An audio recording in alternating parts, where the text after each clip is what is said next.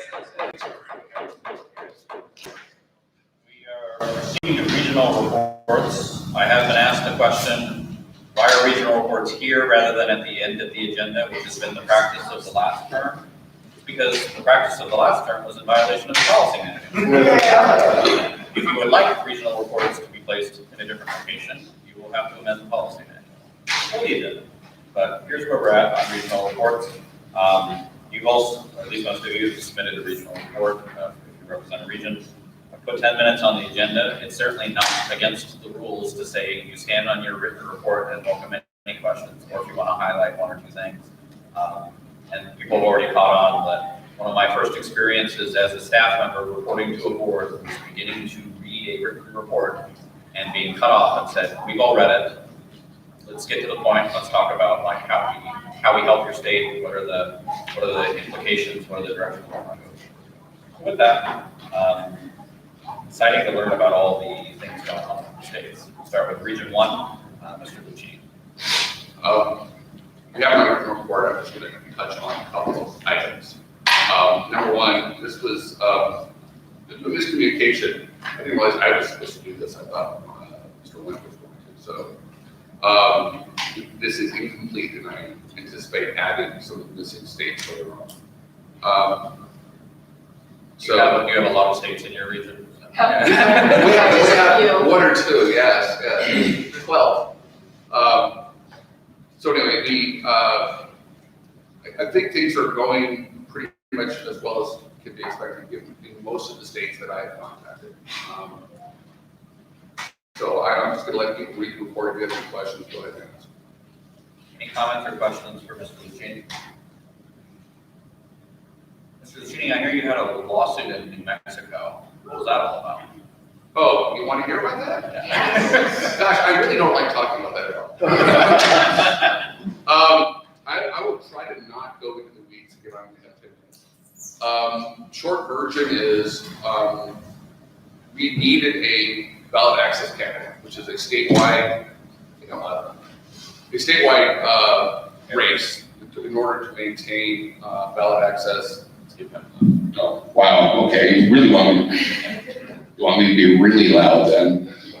Okay, we went out and recruited. We literally downloaded the entire membership of the bar and cyberstalked them to figure out which ones were libertarians and knocked on their doors. We had one person who didn't run away screaming, who was our candidate for the appellate court position. We picked that because it's far enough down the ballot that hopefully people are tired and make a mistake and vote for our candidate. We didn't get to him in time to do the normal petition signatures to get him on the ballot, so we had to run him as a write-in candidate. In the future, when I'm no longer state chair, there's a trick in New Mexico, run two candidates. In that case, you only need one vote to advance the general election. If you are opposed, you need the same as your signature requirements, 230. We put out a mailing. We got 1,600 total primary, libertarian primary votes. Curtis did not make the number. By the time the dust settled, we had 204 and need 230. However, my county clerk had advised me that she had made an error, which she had corrected, that had not counted any write-in votes on absentee ballots. And then talking to the Secretary of State's office made them aware of this. They didn't care. Give us $3.5 million for a recount. And long and short of it, we ended up in federal court. Chris Wiest represented us, or did the bulk of the work.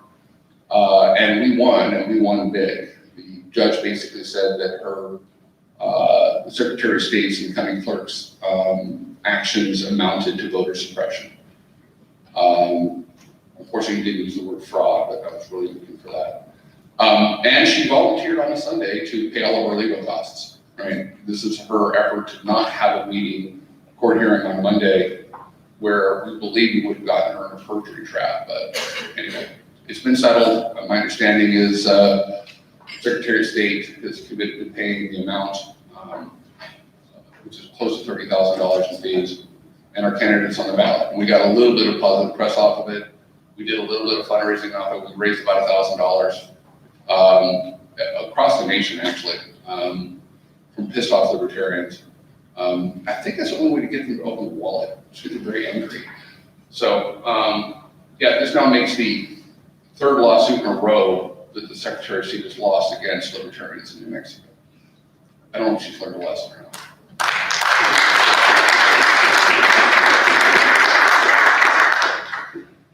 Keep it there. Comments and questions for Mr. Mr. Hugh, let me run this way. That's all right, I can say it loud. So the friendly faces at home. So your state's been around for a little while, I think since what, 1940s? When are you gonna drop the new? Well, you know, we'll follow New York's lead on that. How about that? Other questions or comments? Thank you, Mr. Lucchini. Region 2, Mr. Nicalis? We're gonna get the mic over to you.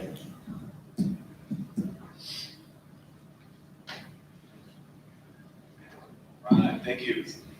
So for Region 2, I'll start with Florida. In Florida, we have about roughly a dozen candidates on the ballot for this election season.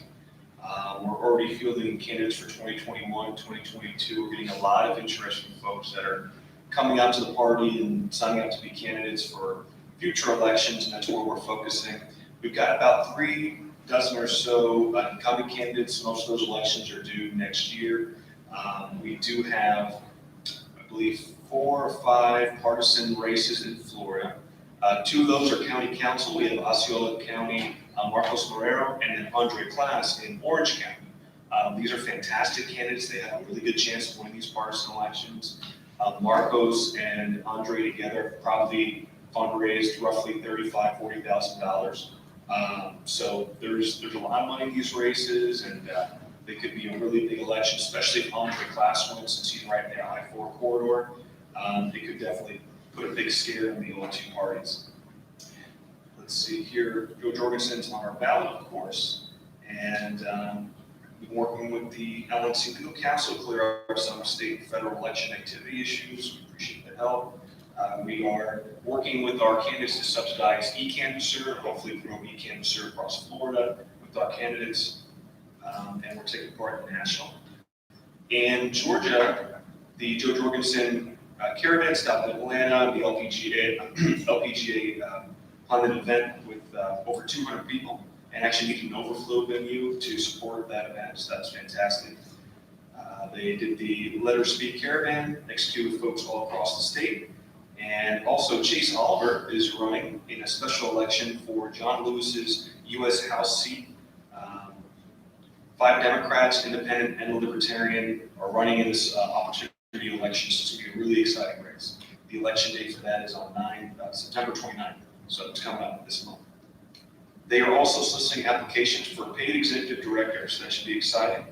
And they've also filed a motion for a summary judgment in a ballot access lawsuit, and they're due for response from the judge at 9/25. And for those who don't know, Georgia has ballot access laws that date back many, many, many years. They have never been hit by any candidate. So in state races, you actually have a petition requirement that's so egregious that it's never been hit before. It's very expensive. It is not open ballot access, and that's what that lawsuit is about. David, I'll let you talk a little bit about Tennessee. All right, just kind of echoing some of the stuff that happened in the other states has happened in Tennessee as well.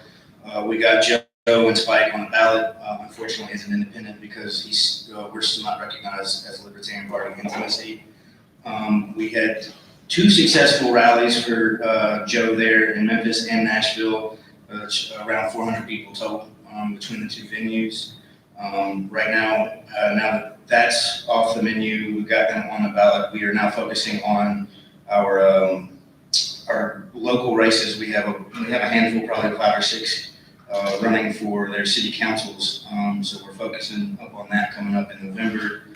And in other Tennessee news, our current chair has announced he is not running, so we've already had 2 people announce that they are going to be running for chair, so we'll at least have just a contested race there. Yeah, when Josh sent me the message that 2 people are running for chair, he actually said 2 people running for LNC chair, and I said, what, they don't like us already? But it is LP Tennessee. Aren't you one of those ones running for chair? Yes, I am running for chair for this. And that concludes my report. Richard? I'll come over and use mine, because I know we got a big computer. So, my question is what does it take for Tennessee to become a recognized party, so that we can start registering there as Tennessee Libertarians? Currently, the number, it's based off the previous gubernatorial election, and we had a non-incumbent race and a record turnout. So the number to be recognized as a party in Tennessee is 50, I believe it's 56,082? 83. 83. I was close. 56,083, I was close. But, so that's the number of signatures we have to reach. We have worked on 2 bills in the past to get that threshold lowered. The first time it was kicked to summer session and ultimately killed, and then it was also killed by attaching a fiscal note saying that it would cost money to have primaries for us, even though we would, A, don't hold primaries, and B, would piggyback anything that the other 2 parties do as far as primaries are concerned, but it was a way for them to attach a negative stigma on it. We're still working. It's been kind of hard working with any type of legislation there right now because of COVID, and there just hasn't been a lot of visitors allowed, so we're not able to get in there and lobby as much. But I mean, we're working it, but that number is fairly high for such a small state.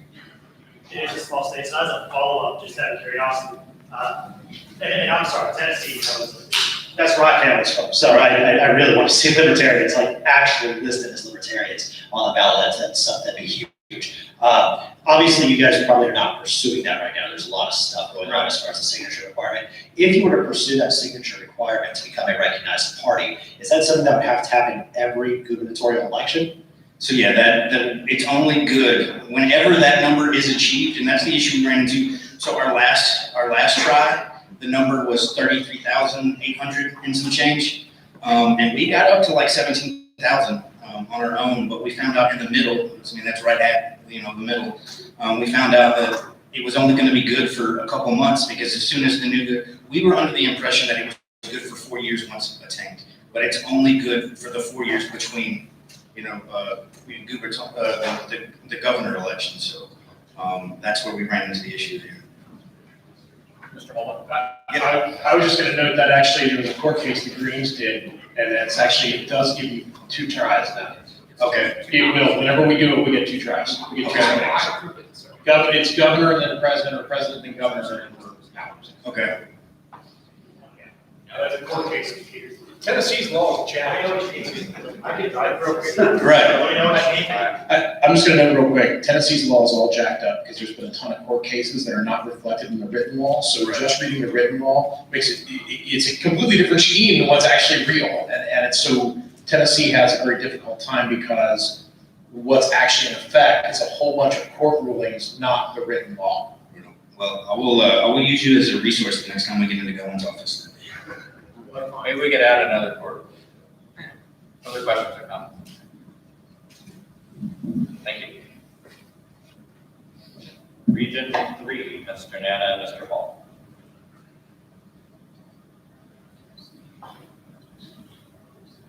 All right, thank you. You guys have my written report. I will add a couple of things that have materialized since then.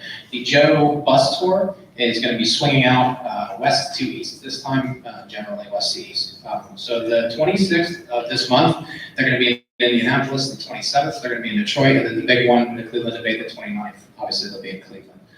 Also, September 19th, there's a Lexington sign wave, and big news out of Indiana, their gubernatorial candidate polled at 24% in the most recent polling done in that race that I've seen. And then I don't know if Jared has anything to add, but that's all for me. No, I'm good. Any questions or comments for Region 3? Region 4, Mr. Hugo and Mr. Ferraro.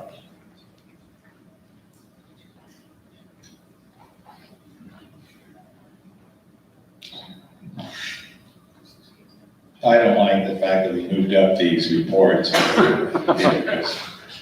You know, for a true procrastinator, that just makes more and more pressure. Anyway, yeah, I made my nice and, sweet and short report. I will point out a couple of highlights in there. Of course, that's all there is a couple of highlights, but anyway. On candidates in California, you know, a state of 40 million people, we should have several hundred. We're not there yet. I'd like to have that. We're working on it. However, we've got 3 partisan races for November with Jamie Blusack for State Senate District 9, James Just. Is that a great name for somebody running for office? James Just for State Assembly District 7, and our very own star child for State Assembly District 17. So those are our partisan ones. I'm really excited about, we've got about a dozen nonpartisan offices that we know of already. And with Orange County has 4 people running, and these are all winnable races. We've got 3 in Riverside County. I'm really excited about Bob Carwin in the city of Menifee. It's a city of 100,000. He is probably the overwhelming favorite. He has 1 opponent. Again, it's a nonpartisan race, but he's the current chair of the Planning Commission, and has already raised money and has a professional team working for him. So that'll be a big one if we go ahead, and we should pull that one off. Also, my wife Wendy is running for the city council of Cal Mesa. Despite having the same last name as I do, she might actually have a chance of winning. So. And then despite Cohen bus tour, let me tell you, every time I see this guy, I get more and more impressed. His way to connect to those people that show up, and we averaged in the 2 in Southern California at San Diego and Huntington Beach, right around 200 people showing up, and they were all there and asking questions, and Spike stays there and answers every last question in detail. You know, again, a great asset this party had. I didn't know much before he got picked, but I'm very impressed. And this has very little to do about, and I'm just gonna make a comment.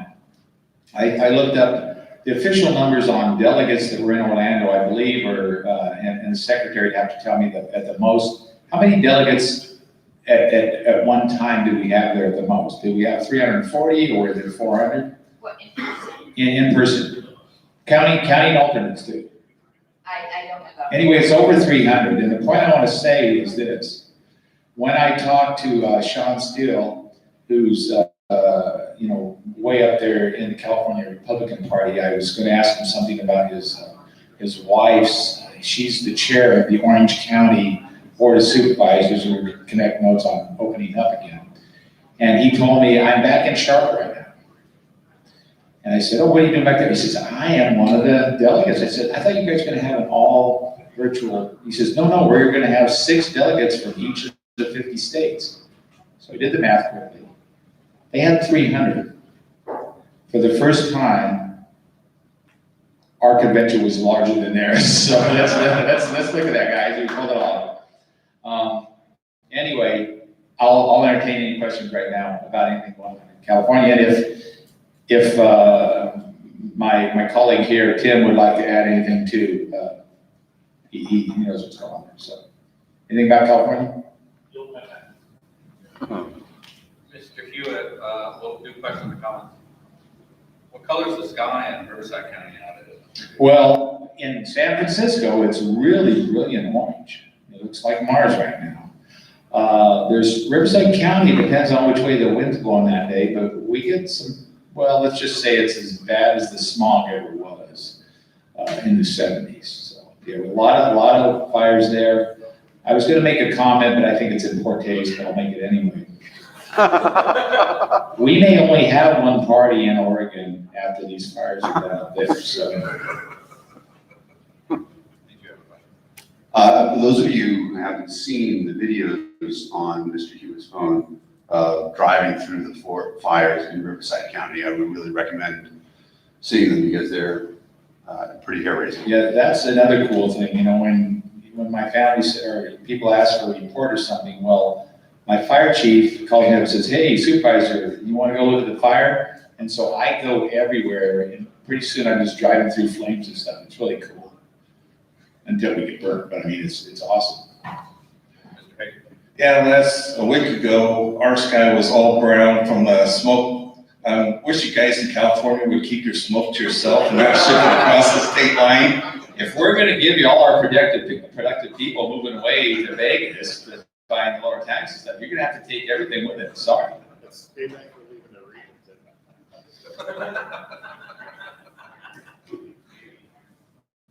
All right, thank you, Mr. Hewitt, and I might have to reach out to you. I'm helping battle a number of your fund tax increases on the state and local ballots. So I might talk to you offline about some of those. Interestingly enough, in York County is the one jurisdiction with a tax decrease on the local ballot out of the 200 and some local. And that's tax law. Sure, certainly not. Region 5, Ms. Hogarth and or Mr. Glenn.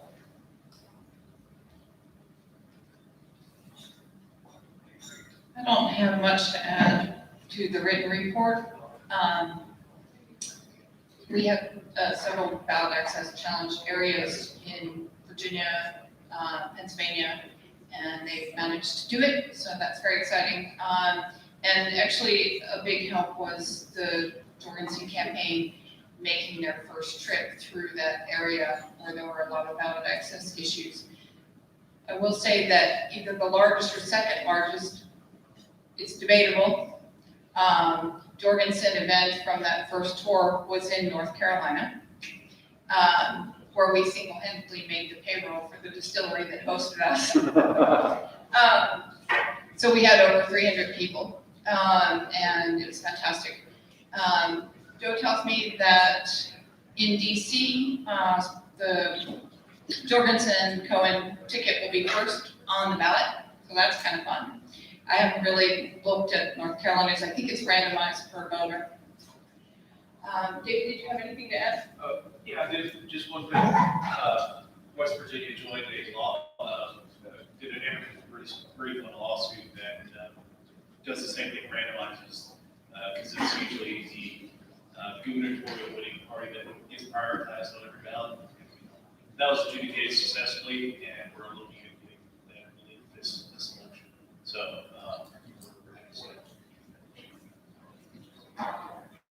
So I'm happy to take questions. Questions or comments? I should say, I was bragging a lot about North Carolina, but we had one Jorgensen event. West Virginia had two, and they were fantastic as well. They probably totaled over 300 together, so, yeah. All right, thank you. Region 6, Mr. Phillips and or Mr. Buck.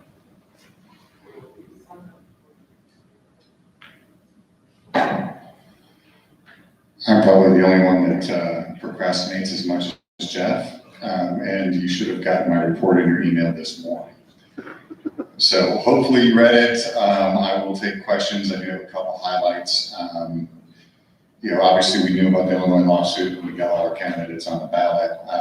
They promptly challenged almost every single candidate in the state, despite the fact that we had more candidates than we've ever had before. And we won. I want to say all, but we might have lost one or two of those simply for people who didn't have enough signatures. Bill Redpath won his, and they went after him hard. They didn't just challenge his signatures, they challenged his honesty and did all kinds of crazy things. And so he probably beat them pretty good.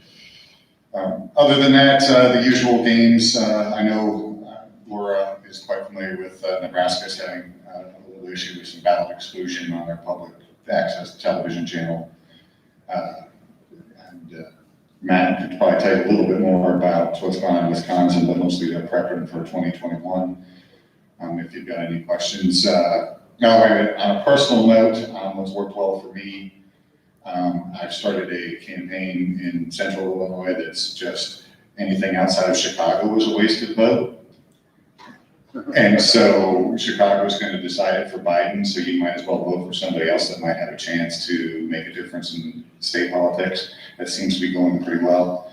And I formed a coalition with the, interestingly enough, Central Illinois Democratic Socialists, who have endorsed my state council campaign as a libertarian. Any questions for Comrade Phillips?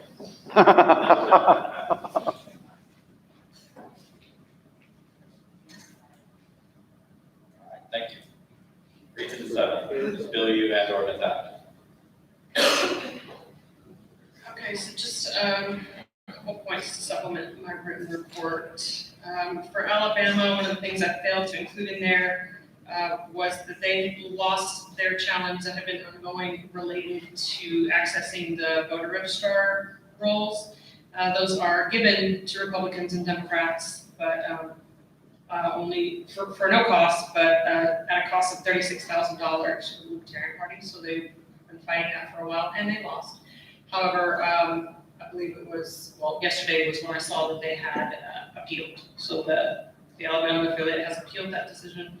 I can send you, I can email out the link to the Ballot Access News article on it, if anyone is interested. In Texas, basically since the 21st of August, we've been dealing with Republicans trying to kick half of our candidates off the ballot. And we have successfully beaten them back multiple times. The author of the bill was a seated legislator, one of the authors of the bill. We have been able to defeat him and all of his groups with 4 different lawsuits since August 21st that went all the way up to the Supreme Court. There's a lawsuit that you guys may be familiar with that was filed last year by some candidates in Texas, some of our candidates, but not the party itself. Shortly after we got the victory in the Supreme Court last week, the court that was handling an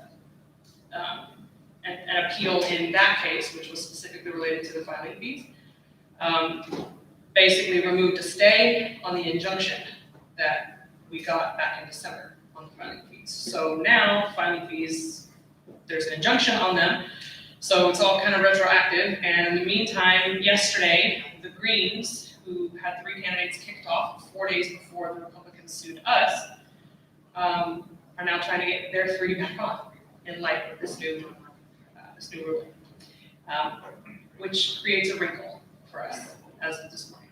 So we are not out in the woods in Texas, but we're gonna keep fighting because we've been successful at it so far, and we certainly expect a lot of legislative challenges come January.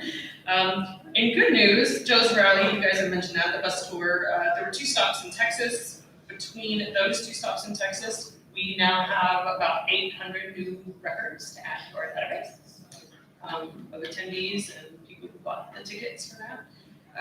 New Orleans got 180 and Oklahoma City got approximately 180 as well, so that was, okay, yeah, I don't know why this is okay. Anyway, so the bus tour has been a success where I come from, so thank you. Questions or comments for Ms. Billy or Ms. Adams? Ms. Adams?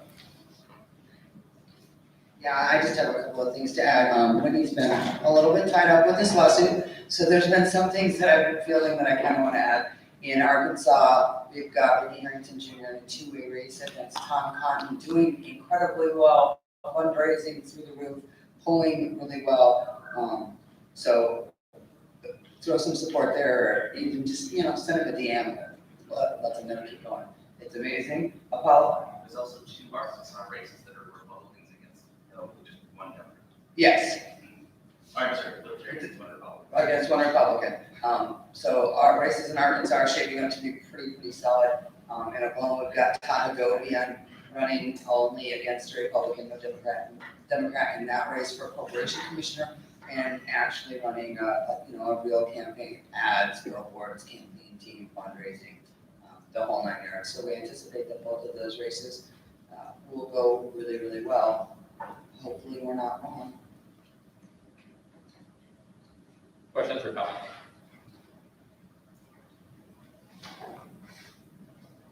Thank you both. Region 8, Mr. Coburn.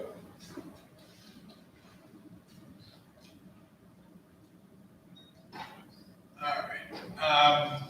So I don't have anything major to add in addition to my report. I would note one error in here is, as we talked about earlier, we're waiting on official notification from Connecticut for being on the ballot, which I misstated here. But beyond that, I don't have anything to add. Obviously, the states that ballot access in the future is predicated on presidential or other election results are focusing on that. And what we focused on in the period before was getting on the ballot. Questions or comments for Mr. Cobra?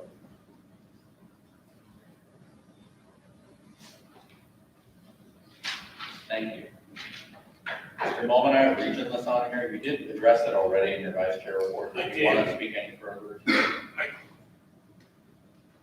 I have since been informed that Idaho is ready, wishes to communicate, so we're going to try to make that happen in the next couple of days. So. That's it. Any questions or comments from region us? All right, that concludes regional reports. Now proceed to committee reports. First one is advertising and publication review, Ms. Billiard.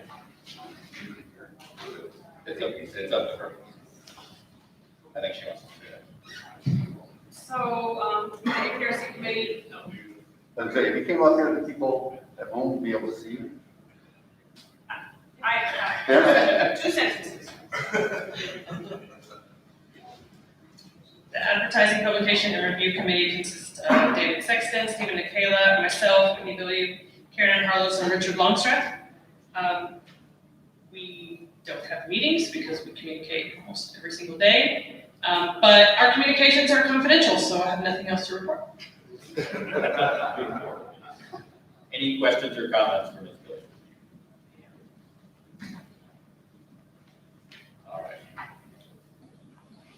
Give the mic to this one. Next one is the audit committee. According to our policy manual, the audit committee consists of one non-officer LNC member, so basically any of you except for the 4 of us up here, and 2 non-LNC members, so 2 people not in this room. The purpose of the audit committee is to keep tabs on everything that's going on financially and making sure that we're in compliance with GAAP and other federal and state regulations. And actually, the selection of these members is the non-officer LNC members. So actually, not only are the 4 of us up here not eligible, we're not even eligible to vote on the selection of the person. So, so now we're ready to populate that. And actually, the way it's set up, we haven't done applications for this, so we can really just do the 1 LNC member, right? All right. So we'll open up for nominations for the audit committee. Ms. Adams. I'd like to nominate Mr. Bowen. Ms. Adams nominates Mr. Bowen, who's conveniently not here. Second. Does anybody know whether Mr. Bowen would accept or decline this nomination? I think we spoke about it before, it's not, the fire audit committee. Mr. Bowen stands nominated. Mr. Papaton with the, yes.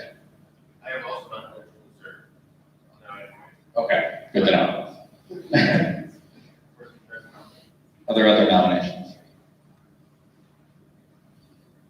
Is there any objection to closing nominations? Seeing none, nominations are closed.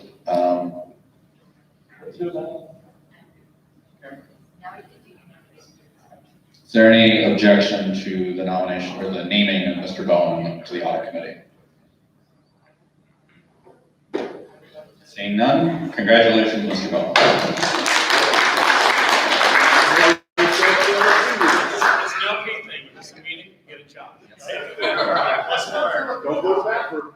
And if we could make arrangements to solicit applications for the remaining seats.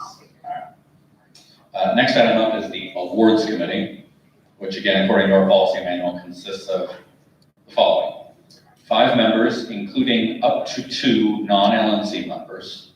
So it can be 3 LNC members, 4 LNC members, or 5 LNC members. And then it's selected by the LNC as a whole with the following caveat. Each cycle should strive, which I will read as not required, but encouraged, to keep at least 2 members of the past awards committee. So, who were the, does anybody know the previous members? Dr. Lark, Daniel Hayes. Hayes. Mr. Hagan. Hayes. Hayes. Hayes. Oh, were you on that too? All right. I'm going to get report when you're. Oh, I'm sorry, why don't we start with, why don't we do that first and then we'll do the population, so, Mr. Hagan.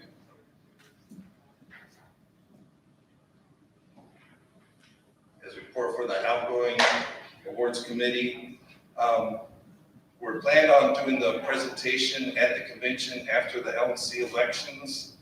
As everybody know, that last day we just ran out of time. So now the plan is to do a presentation to the awardees, probably on LPTV. We'll talk about maybe after election, do it in November.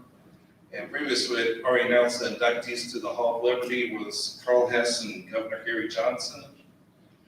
And if you saw Dr. Lark is chair of the committee. And if you read his report, you'll see that the awardee recipients for the Benjamin Franklin Candidate Award, which was for local candidates, was Kara Schultz. Make sure he left. Patrick Henry Candidate Award, which is for state and federal candidates, went to Bethany Baldus and Laura Epke. Congratulations.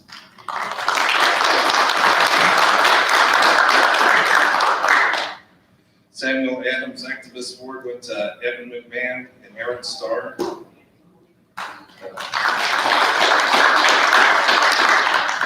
Thomas Payne Communicator Award went to Larry Sharp.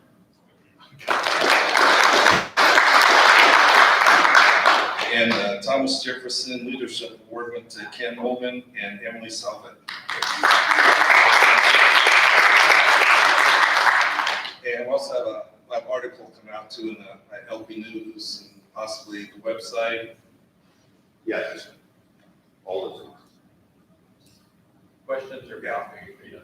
Yeah, questions or comments? Mr. Mine wasn't related to that. Rich Bowen sent me a message and just said to thank everybody here.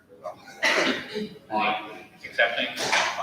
Accepting or declining? He accepted, Okay. he wanted to say, he wants to accept it. Good, Thank thank you. Questions or comments for Mr. I have a question. Do you know of anybody who's currently on the committee that would like to serve in the next committee? Since that is the next topic du jour. Probably good to take applications too. I think I'd be willing to serve again. Do you know if any of your other members, have they expressed any interest? I haven't, but I haven't asked them or talked to them. I know Dr. Lark has served many times on it, so it may be very interested. I don't really know the proper way to do this, but I'd like to inquire if Daniel Hayes would like to serve again. Because if he would, I would be nominating him. I think he feels probably pretty bad about everything that happened with convention, and I would like to. He told me a couple of weeks ago he stepped back from everything else. Yeah, but I know Dan. So I'm gonna inquire with him. I didn't know if you knew if he would be willing. Yeah, He's asking right now. What he's asking right now. It's not gonna be happening. And I guess, if there's no objection, Wes, for the current awards committee be involved in doing the presentation. No objection. Okay. And really, and the next committee will be working doing the awards for the next convention, so there's no rush, we have to get that done immediately. Thank you, Mr. Hagan. So now proceeding with the population of the next committee, what I would propose is that we fill the 3 LNC seats and then we open applications for the other 2. So with that, I'll open up nominations for the 3 seats. Mr. Nana. I'll nominate Mr. Smith. Okay, do you accept? Yeah. All right, Mr. Nana nominates Mr. Smith. Sure. Phillips. Just going with his indication earlier, I would nominate that. Mr. Hagan, do you accept? Yes. Mr. Phillips nominates Mr. Hagan. My word. Did we skip on purpose the affiliates of organized? It's not on the agenda. Oh, it's the one now. Yeah. Sorry. Okay. Thanks.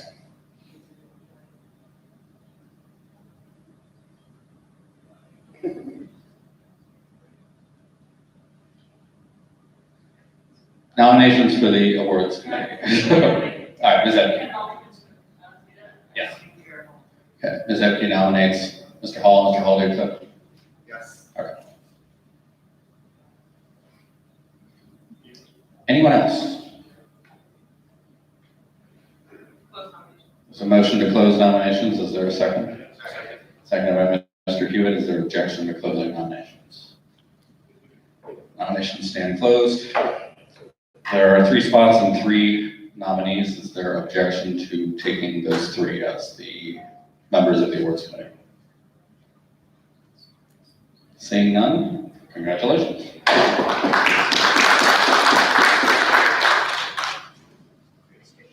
Yes. Dr. Lark submitted 2 reports that you heard with the Region 5 report when he was Region 5, which was the International Representative Report and Campus Organizing. How are we going to handle that? Okay, why don't we talk about one on that rather than taking it right now. Next item is convention oversight. I have it as Mr. Molman, but also known as Ryan is in the room. So, Ken, do you want to defer to her or do you want to? Yes, please. Okay. Ms. Ryan.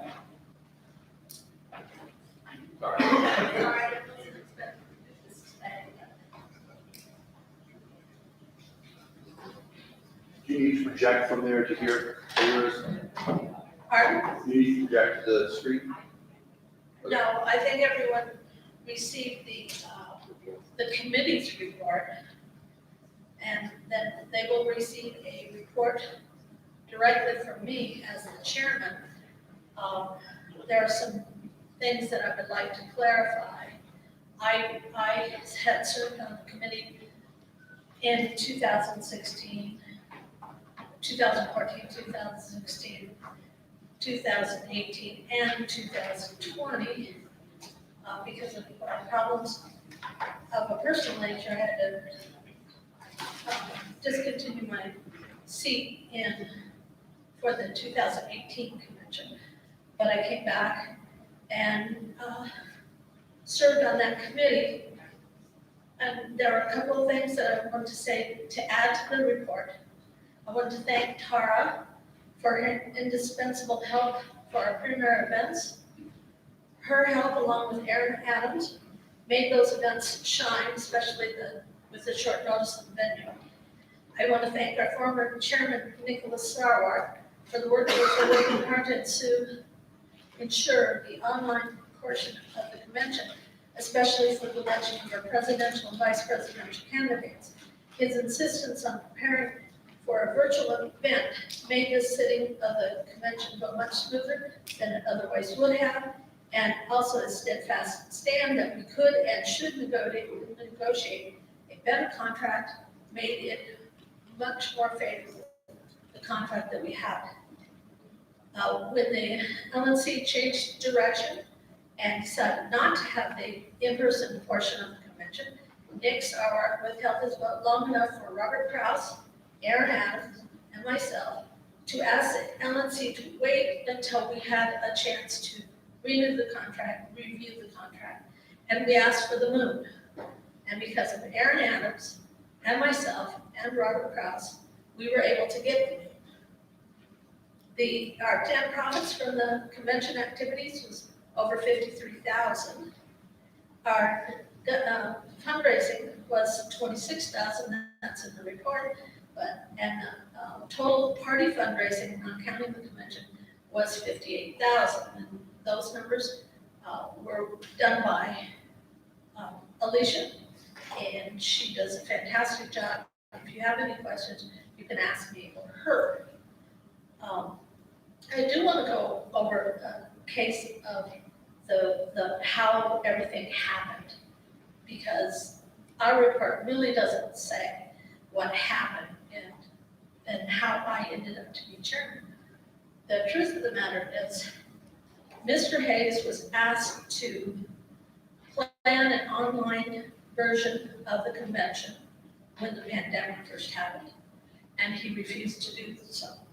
And in fact, the COC did not want to do that, said that was part of what the office should do and that we should have a part of it. Because of that, I think that the online portion of the first seating went poorly. We were given enough heads up that we should have been able to do that. We did not. Then the next step was Mr. Sarwar asked Mr. Hayes to negotiate a better contract. Now, we have to remember that we lost the contract, we lost the hotel in Austin, and Mr. Hayes found Shingle Creek for us. And the original bid on that was $109 per room night. After Mr. Hayes finished negotiating some of this stuff, that room rate went to $129. After Robert and I, after Mr. Sauer removed the LNC chairman and put me in charge, Robert and I negotiated the contract back to $109 room night, which was significant, plus less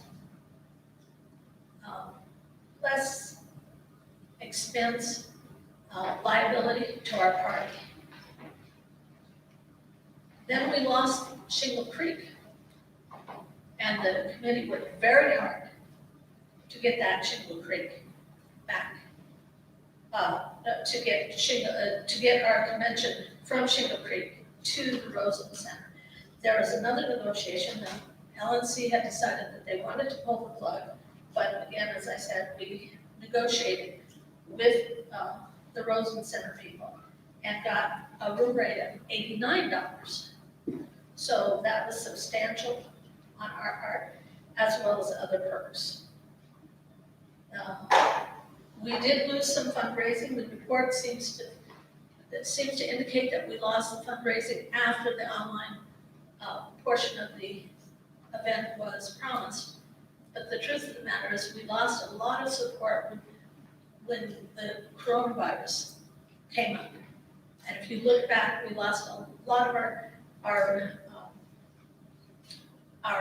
support, had to refund a lot of money because we moved from Austin to the East Coast. So we lost very few after the announcement that we would have an online portion of that. I have been asked to talk about a little bit about the money that was refunded.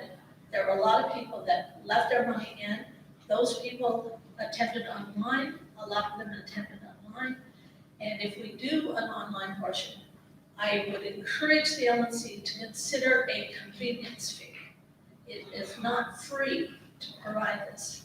And so I think that we definitely need to figure out a way to recoup that money. And there's no such thing as free lunch. So, and the last thing was, we had a couple of major donors withdraw. One of them, Big Dan Hayes himself, withdrew all of his money. So that hurt us a lot. A couple of major donors. You will receive my written report as the chairman later this week. I would like to point out that the convention committee had 90 days to prepare this, and we have come in 30 days early.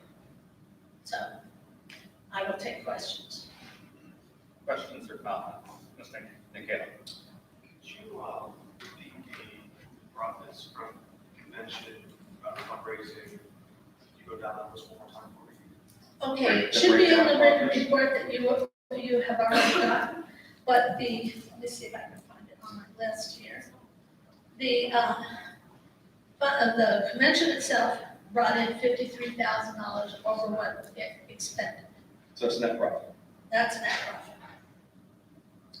The gala brought in $26,000, and with other party fundraising, LP store, and a few other things, I sold ribbons, for instance, and we sold cookies, which brought in more money, and that total was $56,000, I think. 56,000 in other revenue?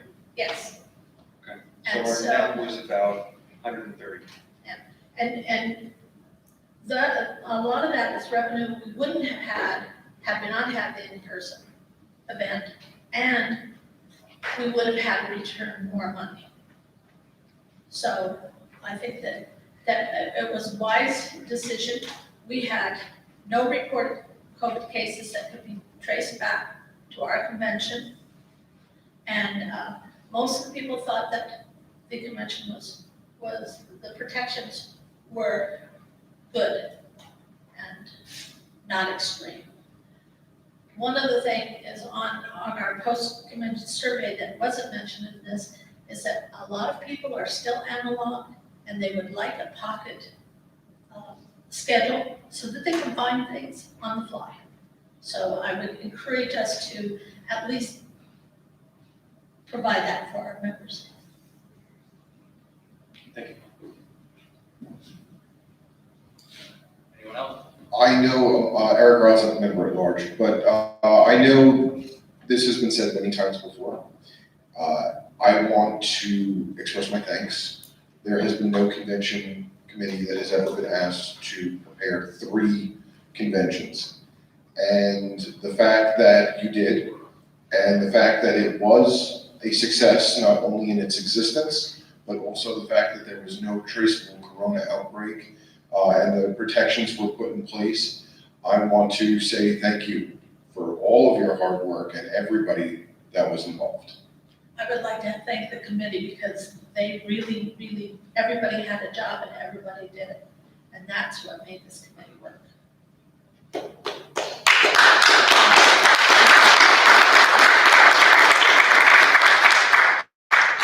I don't want to rehash old crap because it's awful, but as far as I'm aware, the only thing I had an issue with what you had said was, as far as I'm aware, the committee was never actually asked to do an electronic convention. The LNC never asked the committee to do so. The COC is a committee of the LNC. It is not a committee of the chair.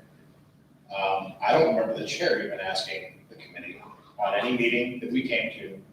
And so I just want to make The chair sure. just asked Daniel Hayes directly to report that, and he did come to a committee meeting, and he did say that we were asked to report, to consider that, and he rejected it. I And also in a meeting of the committee. of the convention. So I went on and asked for a contingency plan. Yes, I do remember the contingency On plan. 9 different days. But that was for round 2, if I remember correctly. Round 1 specifically, there was already stuff in motion from the office side of it before anybody ever came to us. And at that point, and I tried to help on both sides of it. And the issue for me was there was no way that once the ball was rolling in one direction, you're going to stop and try to change everything. I guess my point is that committees, and I think it's important, the lesson in all of it is that committees respond to this body, right? At least how we're organized, we roll up to the LNC. And so if we don't like that, we can change that, I think. It was originally that we served at the pleasure of the chair. But see, that's the thing, the policy manual even then did not. The chair of the committee served at the pleasure of the chair. You could say that based on interpretation. The chair of the committee is appointed by the chair of the party, and then they can rescind their own decision. But technically, even revoking someone is an outline, that's only a Roberts shenanigan. So the point being that the committee itself as an organization, while individual members may be appointed by certain means, that all committees eventually roll up to this body, and that this body ultimately is responsible to the delegates, right? So the organizational chart above us is the convention. And so convention, LNC, the chair does have some authority to act as the LNC because the policy manual grants that. But like I said, my only concern about it is the understanding that committees don't live under the chair. They live under this body here. That's all.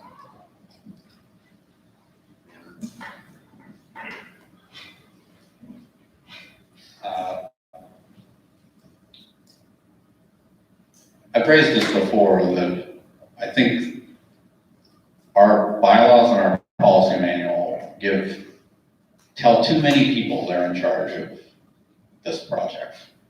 And it results in crosswires and confusion. And I think Mr. Mullen and I have discussed this before, and that's actually an area of agreement that we have. And what I might posit is that you and I work together to try to find a fix there for that.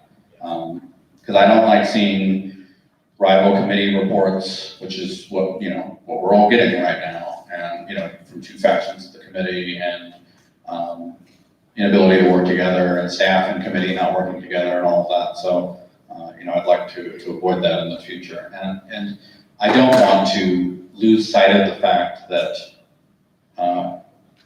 in the end, we made it work. And we made it work in a safe way. We made it work in a responsible way. And it was real, unlike the fake Democratic and Republican connections. Ours actually mattered and did stuff. And it's something we should all be proud of, whichever side, whichever view you had in the raucous stuff leading up to it. I'd like to say that this is not a rival report, that I agree with the convention committee report in its whole. I think it was a little self-serving and a little bitter, but that has to do with the fact that the committee suffered a lot of criticism the last 4 months. I was just adding some detail that was not included. Mr. Now. I'm gonna pass this for the second time. Is that-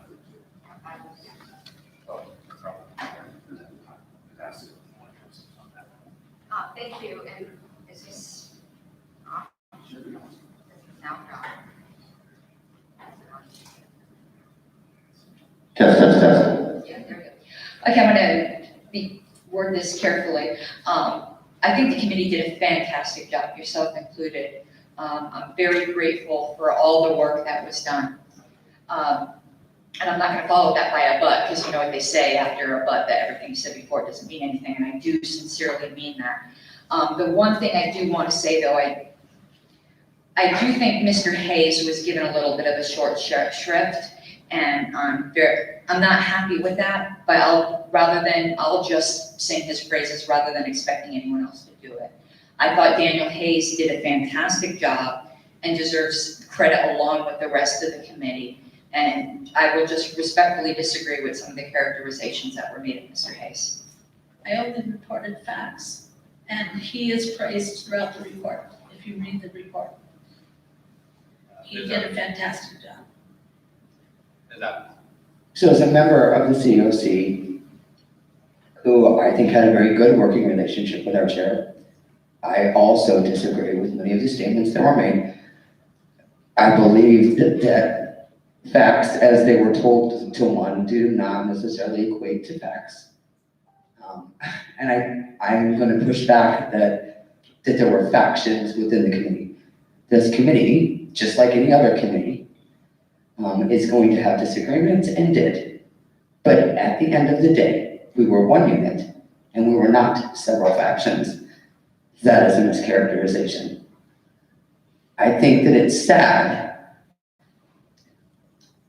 that at a time that we should be looking forward and looking to find unity and growth, an opportunity is being taken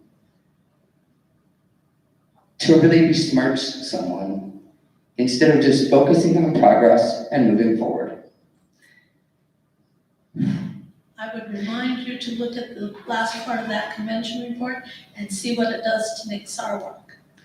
I don't think either side or either individual presenting either report is acting appropriately or professionally in the way that they are besmirching others at this point. The report should have been, this was the convention, this was the profit, this was the loss, and all of the personal attacks should have been left out of both reports. Period. Time has expired on this item. Thank you very much. Is there a motion to extend time? No. Seeing none. Thank you, Ms. Ryan. Thank you, Ms. Adams. Thank you to everybody who served on the committee.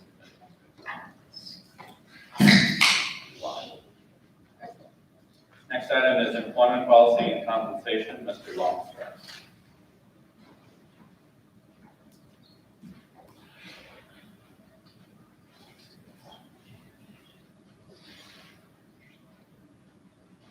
That was a really long walk to say that myself, Aaron Adams, and Steve are populated on the committee. We all appreciate your confidence in that. But the nature of our committee is largely confidential, and we don't have anything to report at this point. Any questions or comments for Mr. Longstreth, who's frantically running away from the mic? I'm lost. Got any help from here? Saying none, thank you. We already heard from ballot access, and then historic preservation is Harlan. You want to do chair first or last? Last, I suppose, very good. That's a motion, that's nothing to report. Alrighty, let me just pull this up. This one always sneaks up on me. 1 second, I got way too much on my screen here. There's just a few things again, because it is a new term where I normally would just say, here's my report, thank you, goodbye. I'd like to highlight a few things, so some of the newer members might not know necessarily what is going on with that. There's been it's been a very extensive project. We're probably, I had estimated it's a 5-year project, and we're now, 2 or 3 years into it, and I might have underestimated it a little bit. COVID has affected this committee just like any others. And all of the past years, the committee has been at absolutely zero cost to the LNC because we fundraised all of our own budget. So far, that has not happened this year, but I'm committed to the rest of the year to attempt to do that. But again, COVID has really put a crimp, I think, in everyone's style. My very first motion when I was on the LNC as Region 1 representative, oddly enough, was to fix Elpedia. And here we are, so I'm pretty happy about that. Elpedia now, we are getting media inquiries regularly. People are using that as a resource regularly. I'd like to repeat a challenge I did to the regional representatives here that I did on the list. Some of the state affiliates information is very woefully out of date. And now that media knows about Elpedia as a resource and is using it, it can be now a source of embarrassment if the affiliates aren't up to date. And members do go to look to see who, it's a very accessible resource. So I would ask each of the regionals to please take a look and encourage your states.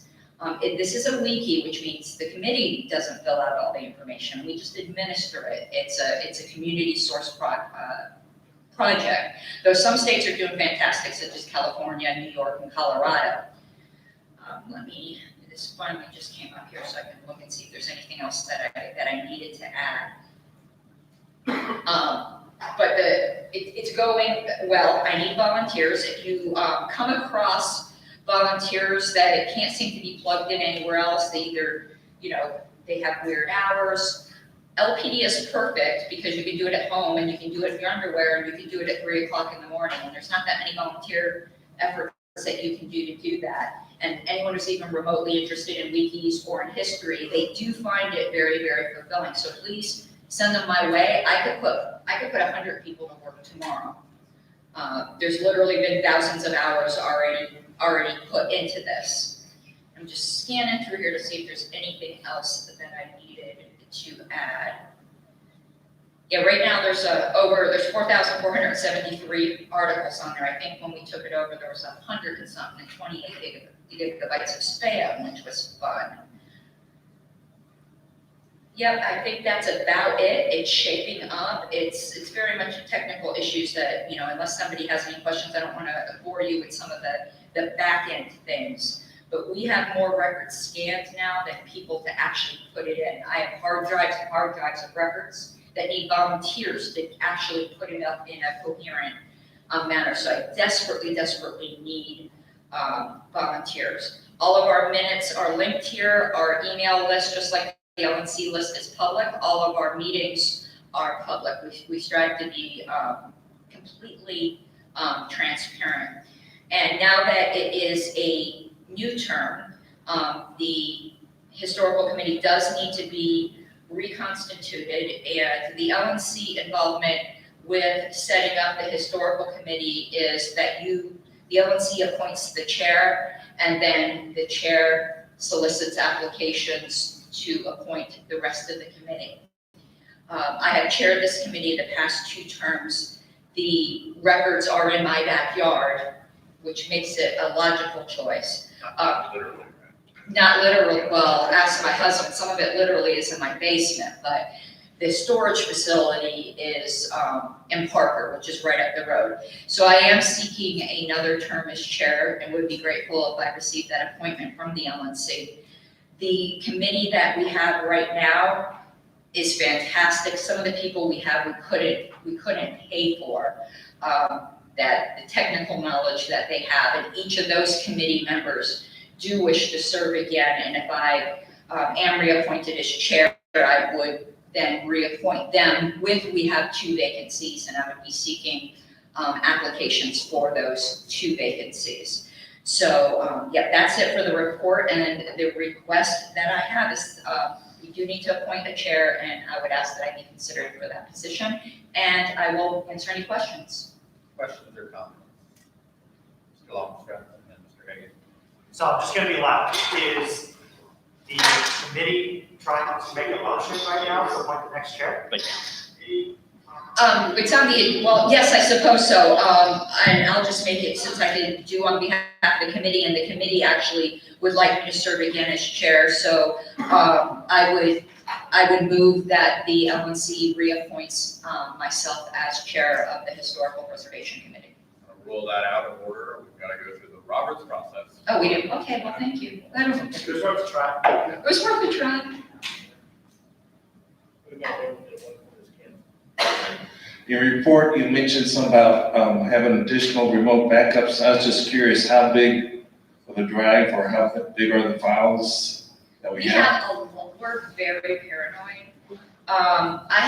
Here's our backup system. I have backups at my house, which is 4 terabytes, I think. And then we also have other hard drives in a safety deposit box. Then we have ones on a Google Drive, and then we have volunteers who are volunteering space for us, so it's in like 3 different places. It's extremely, yeah, it's extremely redundant. And for the record, as I say each time, anyone who wants a copy of this archive, you send me a hard drive, I'll copy everything for you.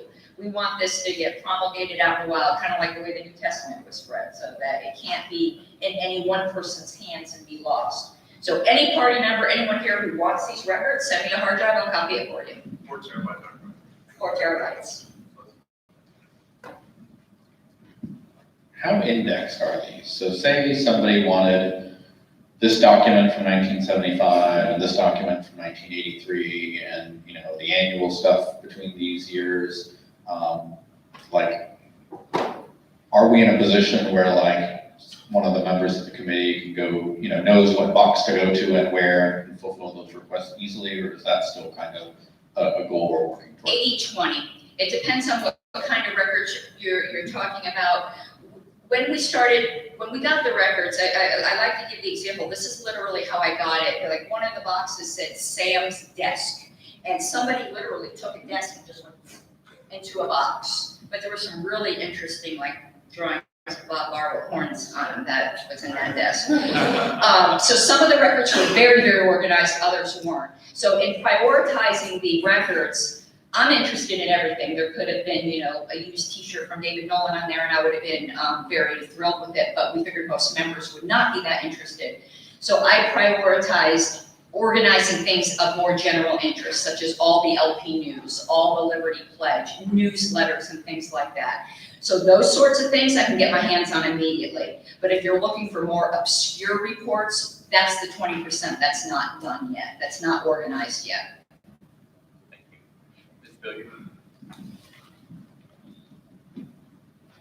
I am lucky to have acquired tons of videos, like video cassette tapes and audio cassette tapes that have your name all over them. Oh, yes. I just gotta figure out how to get them to you, since I was going to do that at our convention in Austin. That clearly didn't work out, so I had to figure out how to get them to you, but I'm assuming you do want those, like. Yes. Public access television videos, everything. Speaking of videos, Ms. DeSisto has almost 300 VHS that we had, which is good because they're really at the end of their lifespan, that will be used for the anniversary. The historical committee, if it is passed that we're going to have the shindig, expects to work very closely with Ms. DeSisto in providing historical documents for that. So to that end, we've already started working on that. With the body's consent, all over here. All right, without objection. I saved, much to I'm sure Mr. Fishman's excitement, I save all of my emails and all of my stuff for this. Do you want me to send them to you? Yes. The answer is always yes. If you want to say yes. So Ms. Harlow's actually did provide a substantial portion of video, VHS. We are in the process of digitizing them. Hopefully by the end of September, we will have those complete. Ms. Billio, I would welcome any VHS or video that you have so that we can keep all the archives consistent as we build the video images that we want to show for the 50 years of freedom event. Thank you, Ms. Sisto, Mr. Ferrera, then Ms. Adams. Sorry, that $100 in my hand, wanted to make sure that went to the historical. You should give that to me. How could I get that? to I you? could kiss you. Well, no. Well, you give me $200 if I don't.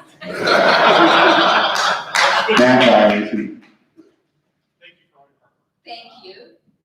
Thank you so much. Do I see three? So I just wanted to say, I know that our chair was asking about how long it took to get things. Many of you remember the framed high-res copy of the SOP that we auctioned off at the convention. We asked Ms. Harlow's for that document and had it within about 24 hours so that we could send it to the printer and have that ready. The committee is very, very quick to respond. So if there are specific things that you're looking for, please, please, please reach out to them. They get back to you really quickly. They really, really do. Mr. Phillips? My question is actually for you, Mr. Chair, because the people beside me don't know the answer. What is the, since we cannot nominate her, and you said we have to follow Robert's process, what is the Robert's process? Someone here. Oh, somebody here has to. Then I nominate Karen Ann Harlows to chair the. So we're now moving to open nominations for the chair of the Historical Preservation Committee. Mr. Phillips nominates Ms. Point Harlow. of order. This isn't on the agenda. I'm sorry, if we're going to follow Robert's rules, we've accepted motions out of committee before, so either that's allowed and the motion was made, or this isn't on the agenda, we can't do this right now, and we need to amend It's it. within the agenda of the Historical Preservation Committee report. Under Roberts, committees cannot pick their own chair when our policy manual says the LNC picks the chair. That's fine, that means that it's not, then I would argue as a point of order, this is not on our agenda, and this is out. Okay. I will find your point of order not voting, and that it is in order to choose the chair of the Historical Preservation Committee. I'm not going to play this game, but we all know I'm right. If I could interject one little technical thing, none of the things that they're doing. We are in the middle. Mr. Phillips is nominated. Ms. Harlow, Ms. Harlow, do you accept? Of course. All right. Is there any other nominations? Saying none. Is there any objection to the closing of nominations? All right, nominations are closed. Is there objection to Ms. Harlow being named chair of the Historical Preservation Committee for this term? Saying none, congratulations. Thank you. And thank you, TJ. I really appreciate that. It was really a prompt for you to tell other people how to do it. I would, well, listen, there's no shame in my game. So anyone else who would like to help me raise our budget this year, it does go to a very, very good cause and we squeeze every single penny out of it. And it will be going towards helping the shindig next year. So really, even if you have just $5, I would love it. So come see me, please. Thank you, Ms. Harlow. 1 minute to spare. Next item is unfinished business. Next item is unfinished business and items postponed from the previous meeting. Mr. DeKayla has 15 minutes on learning management systems, which we didn't get to at our last meeting, and he was very gracious and allowed us to postpone it to this meeting, and so I hope we can all give him attention for this presentation.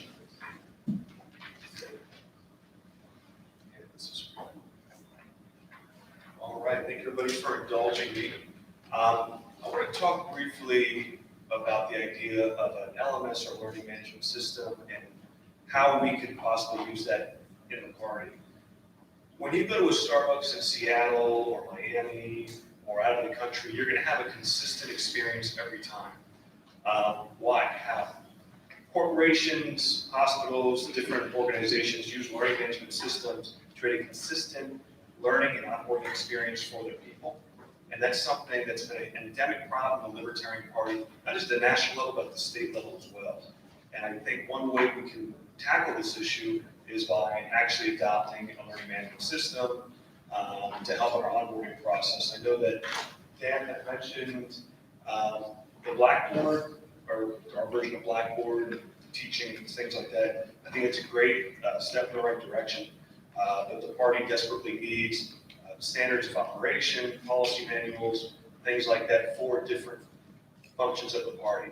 I think this could be a great tool to adopt for candidates as well, different kinds of trainings for county treasurers, campaign managers, et cetera, et cetera. So what a learning management software system does is you can put on courses, material, different videos and different guides and things like that in order to teach folks coming on and onboarding. That's what we use in our companies and Wendy's and Dairy Queen and other places. And I think that's something that we desperately need here.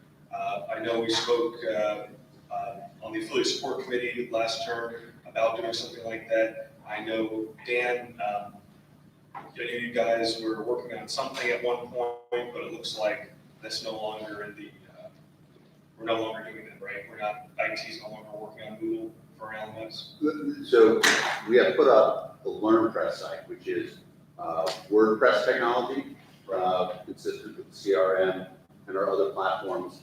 There are 3 mock courses up there. The Run for Office is the best one. It is available now. We need people to provide content for it, but it's a solid system. There are 4 big learning platforms.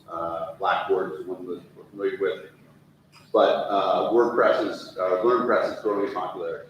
I think it's a very strong platform to be used immediately. Excellent.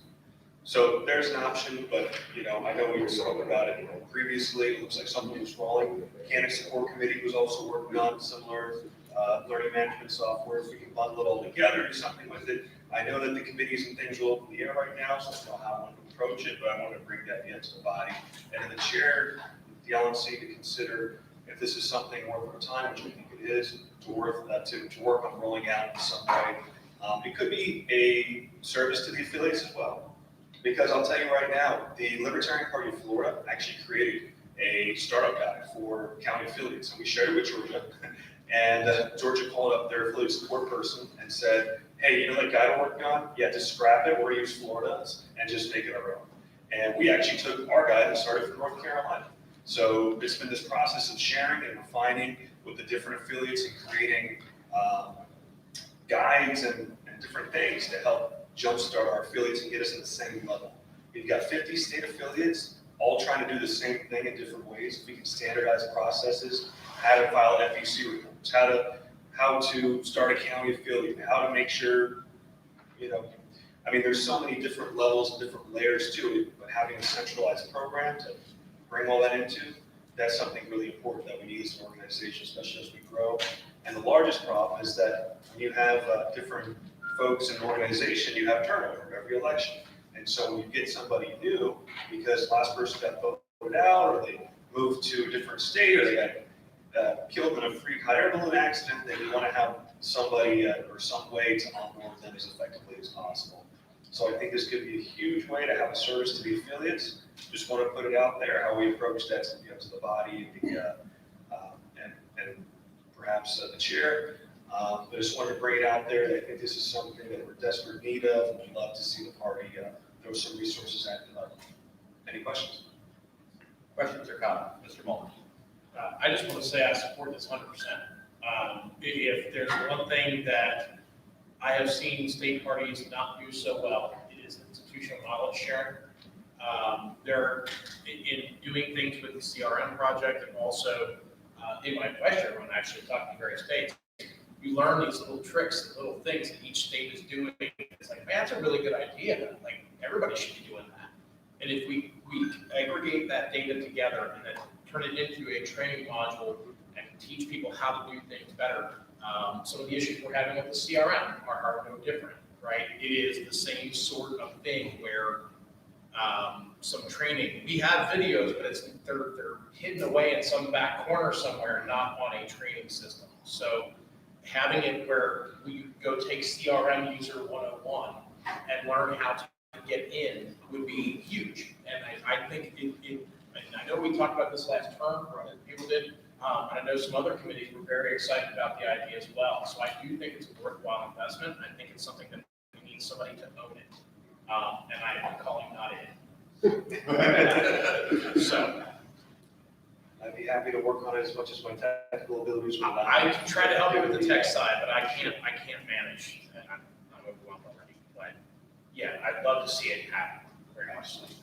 Just to follow up on Mr. Bowman's sentiments, some of that is a project that Steve knows we were working with on the facilities work committee.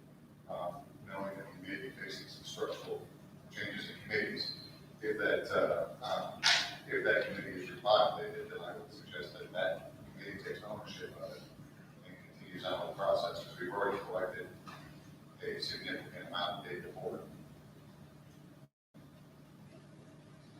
Other questions or comments? Mr. London? Yeah, so, I'm very excited to hear about this. This is great because one of the things we're discovering in West Virginia is we're having to reinvent the wheel when it comes to building affiliates because we don't have actually any local affiliates right now. So this is very exciting for us. And you know, even if this doesn't go anywhere, we're going to definitely reach out to you guys about the affiliate sports. So yeah, so we've got tons of contact for anybody out there who's looking for guides for county treasurers, for affiliate startups, things like that. Email me at chair@lpf.org. We have a lot of proprietary stuff we can send you and share with your friends. It's all LP. But yeah, no, I think this is a really important step to institutionalizing the party and creating consistency across the affiliates. We're always struggling to reinvent the wheel. Some states already have the processes down. Some states are still always learning and struggling. And if we can get a consistent program going on and learning management software, that'd be it's awesome.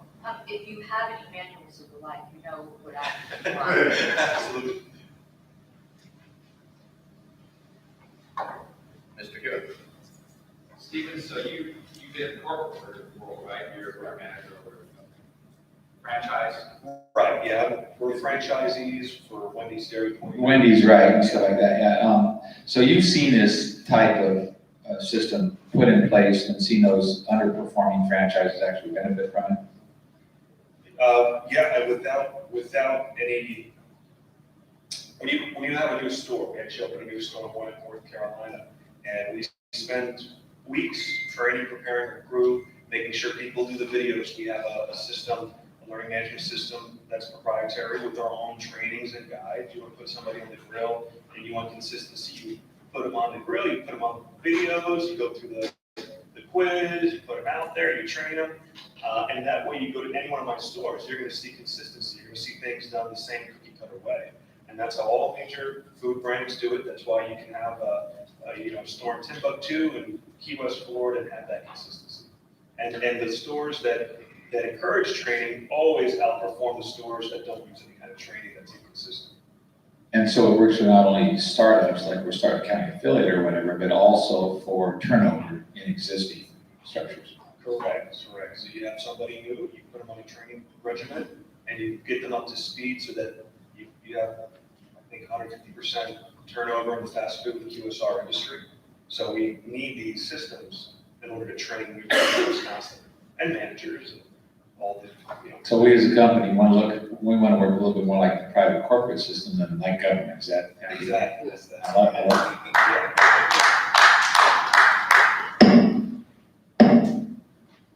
Anyone else? Mr. Hall, how do we get this rolling?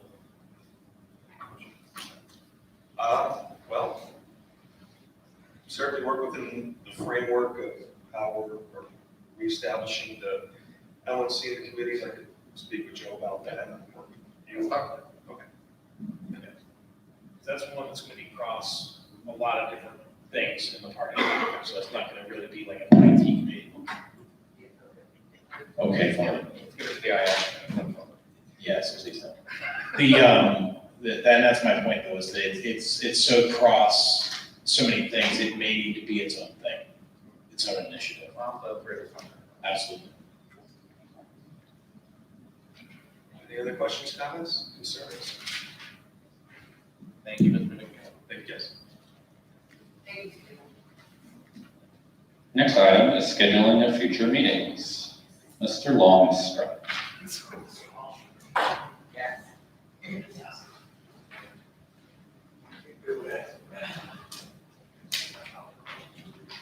So what occurred as we were getting ready for this meeting is we had several suggestions that were put out to us as far as meeting locations and that sort of thing.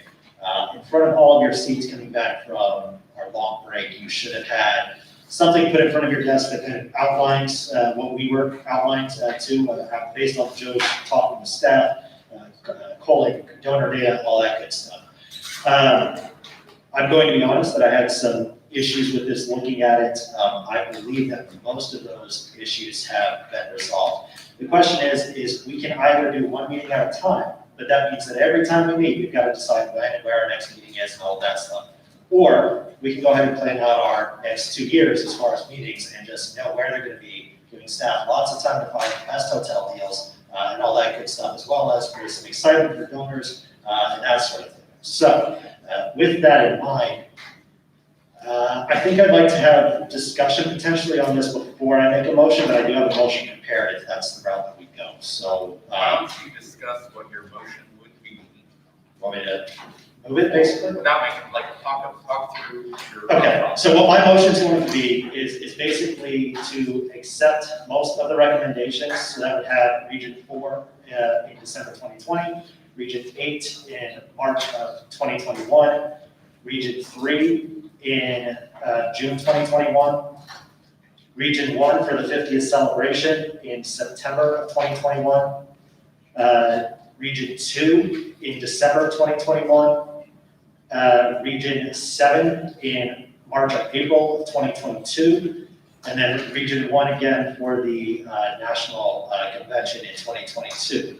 That leaves out Region 5 as a whole. However, hearing the report from Ms. DeSisto earlier today, there is a chair's holiday event that could occur, and our chair so happens to live in Region 5 in the DC area. So this is an option that I think we could make it so we hit every. This year, well, that's perfect. Do you want to do it on this year, Mr. Chair? Region 6 right now.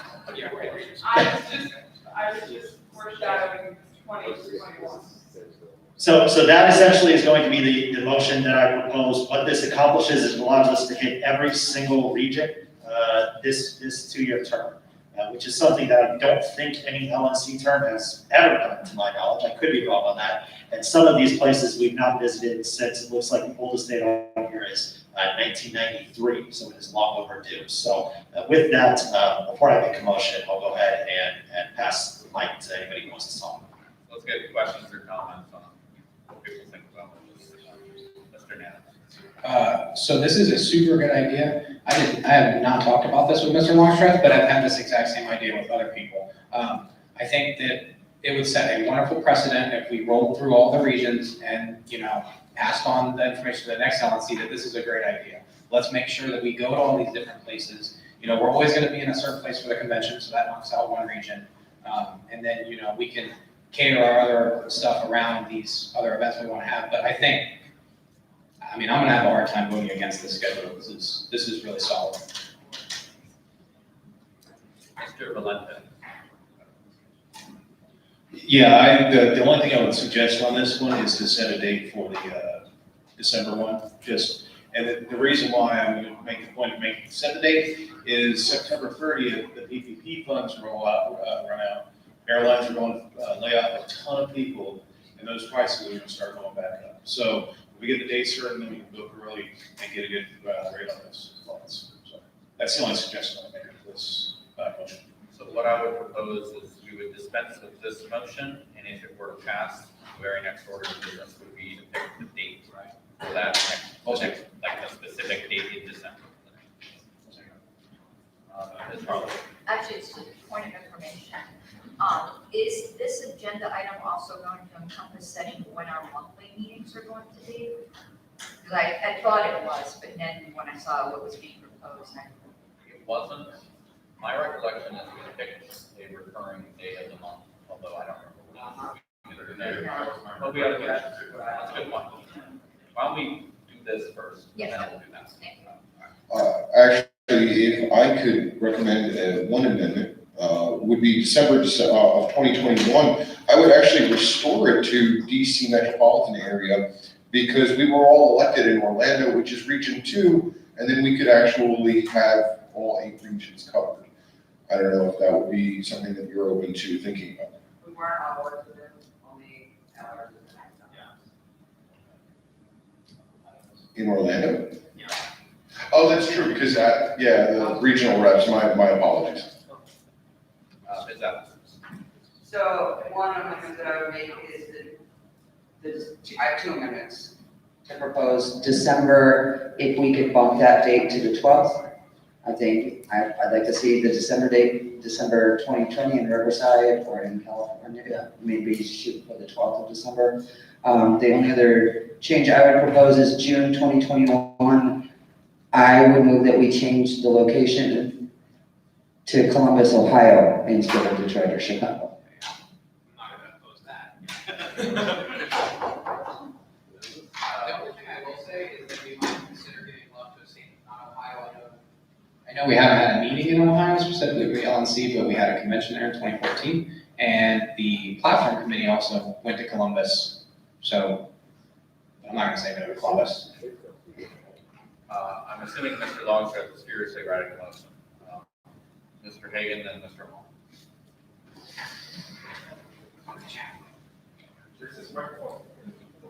There is another one, yes, one right there. My question is, how will we select the other dates other than the December? For example, I will not be available the first weekend of June. The chair would want us to send him what dates we would not be available, or if the secretary would set up some kind of a program for us to enter that information in. I mean, we can plan this as detailed as we want to plan.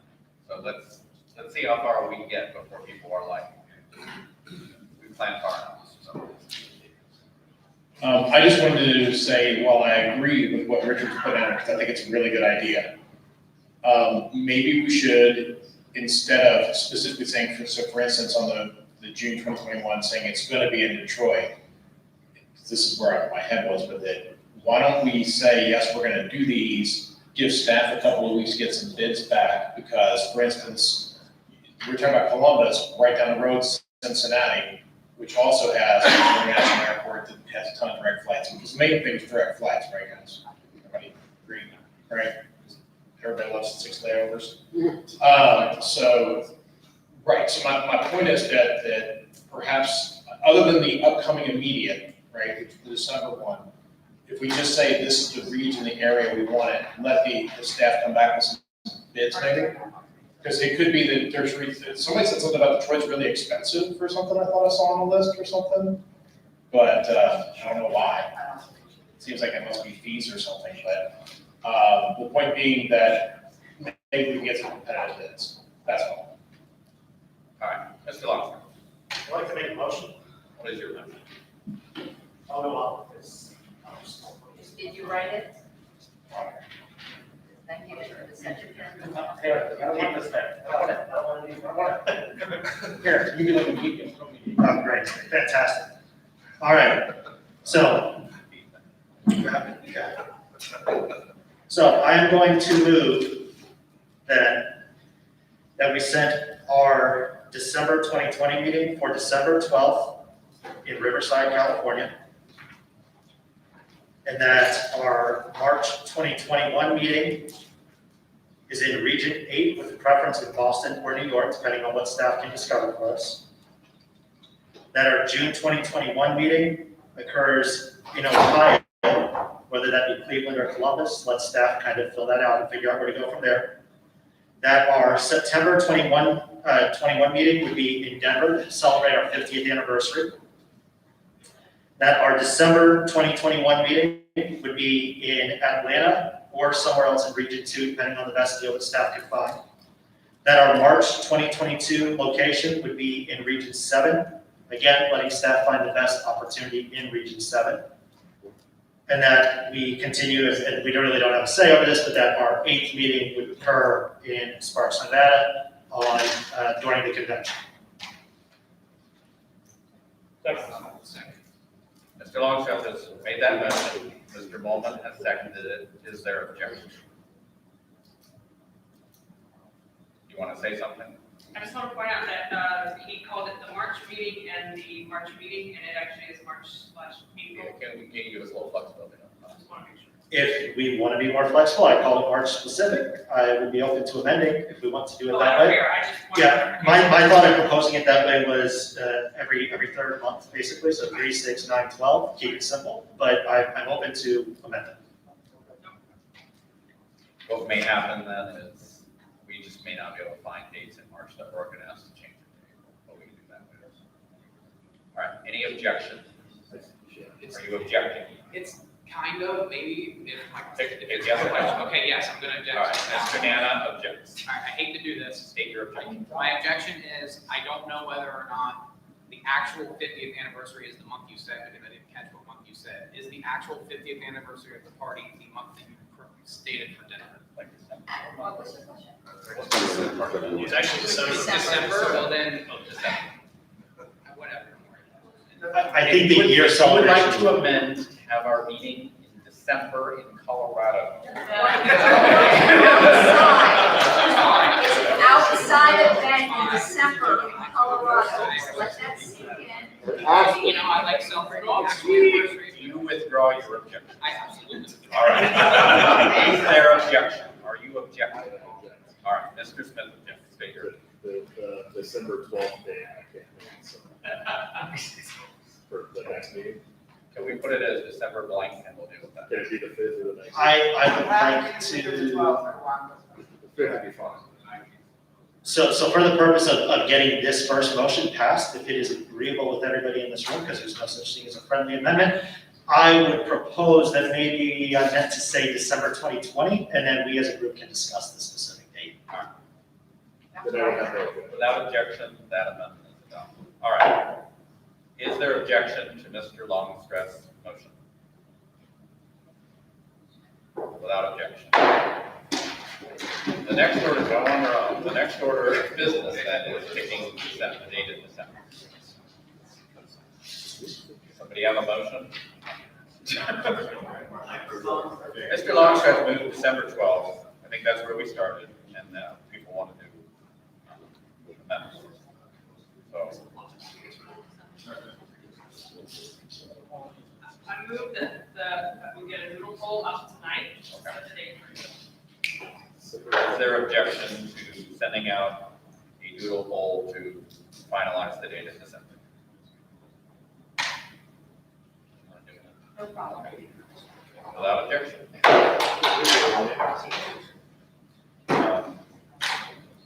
Given that we gave those 2 location options, I'm going to have staff explore both and check back.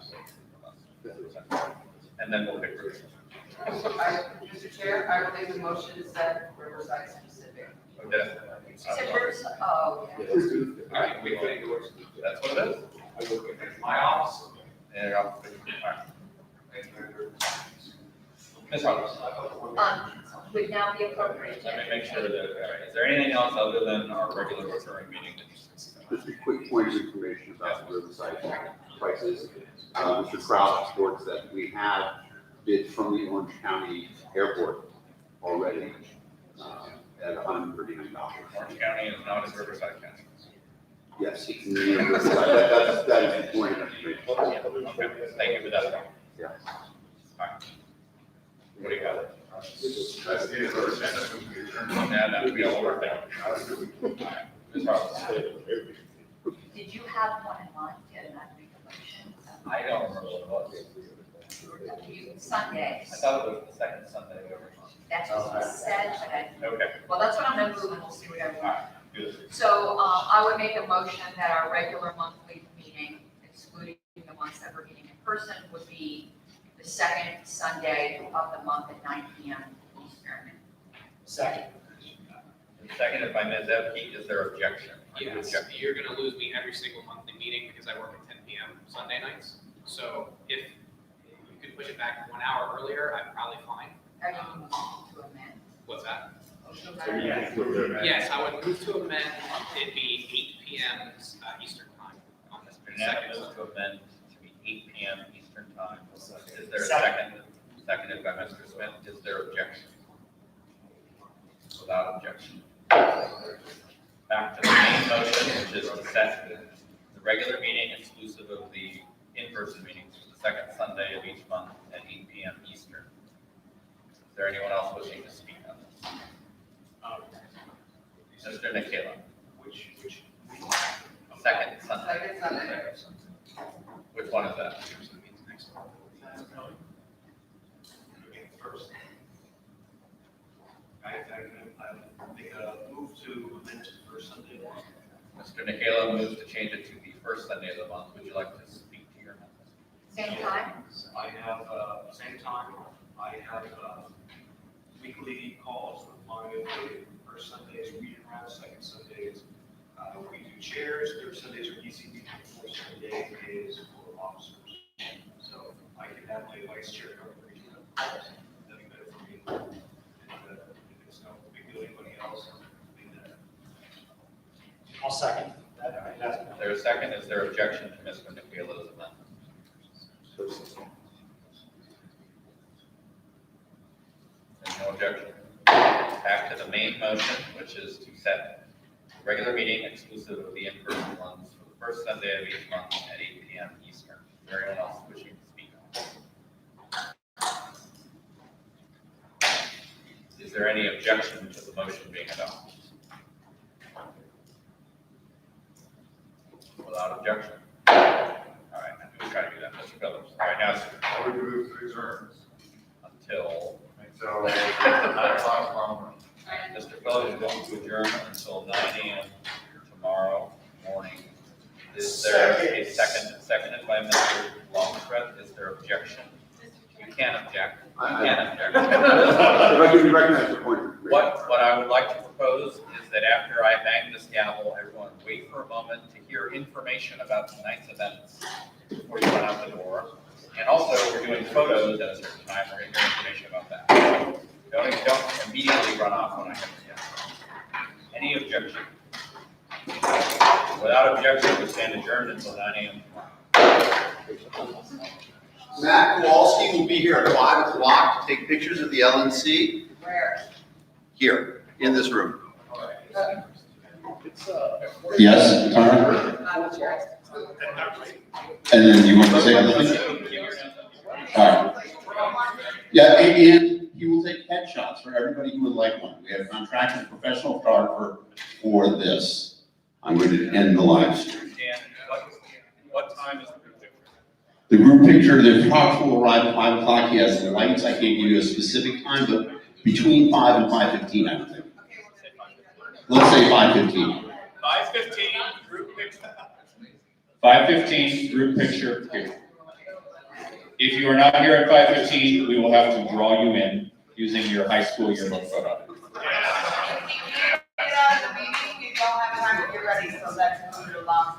Last thing we have to say is tonight we're having a reception on the lobby floor, in the Woodlands room from 6 to 8 PM tonight.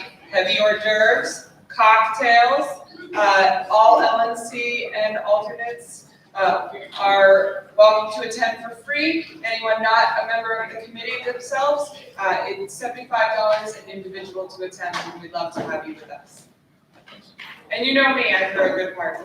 If you are a local and you need sponsorship and want to attend, I would be happy to buy your tickets since I don't need to buy one. Come and talk to me. And then I also want to thank Senator Epke, she paid for pizza today.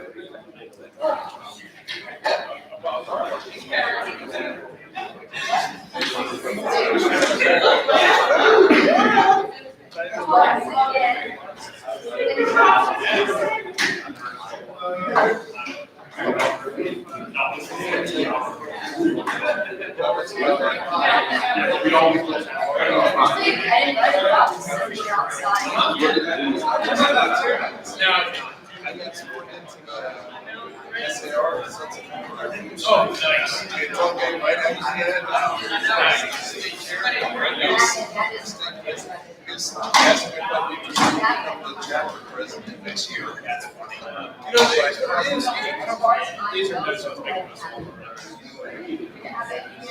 You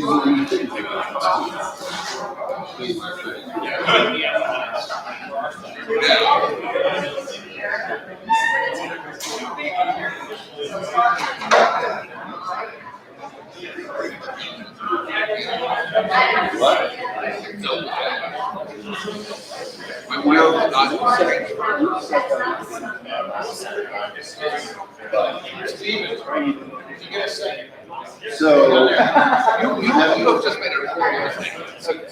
You asked the question. We got, you're watching. Yeah. So what happened was a business thing, so we got them 5 minutes. So we're on Never promise. Well, he only delivers on what he wants to deliver on, that's the reason. That's the nature of the law. He wants to make some system. And it's about organization. So these guys are coming up from North Carolina. Check this out. Goes back from North Carolina all the way to New York City. No, we didn't know that. I took my notes. So it's but we don't. Like Thursday.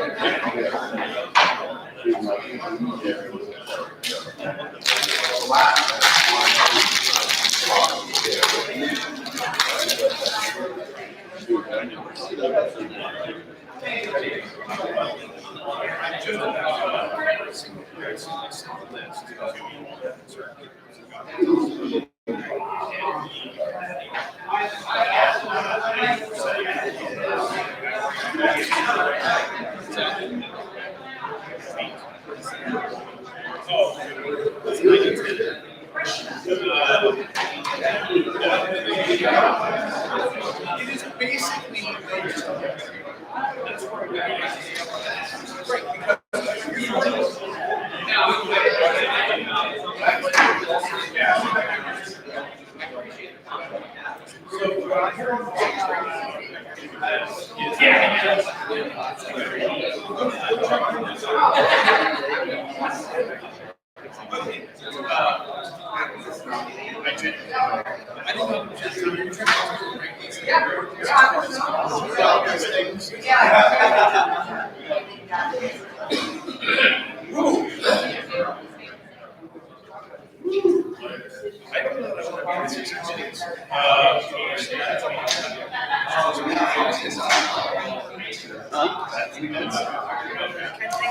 That seems a lot more reasonable than 6.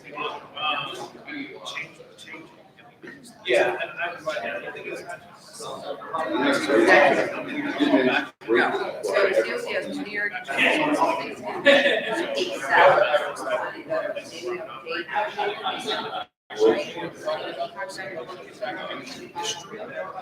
The people are into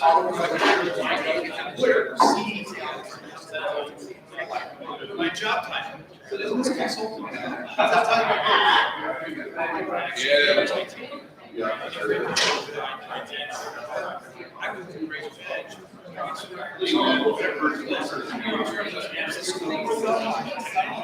but I never got your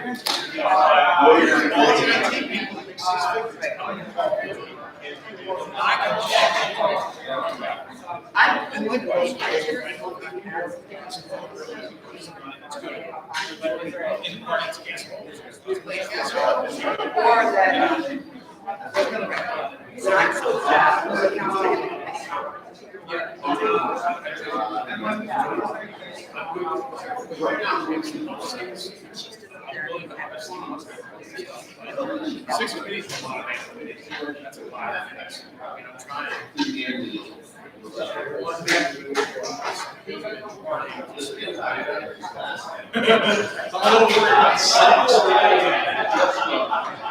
Yeah, I mean.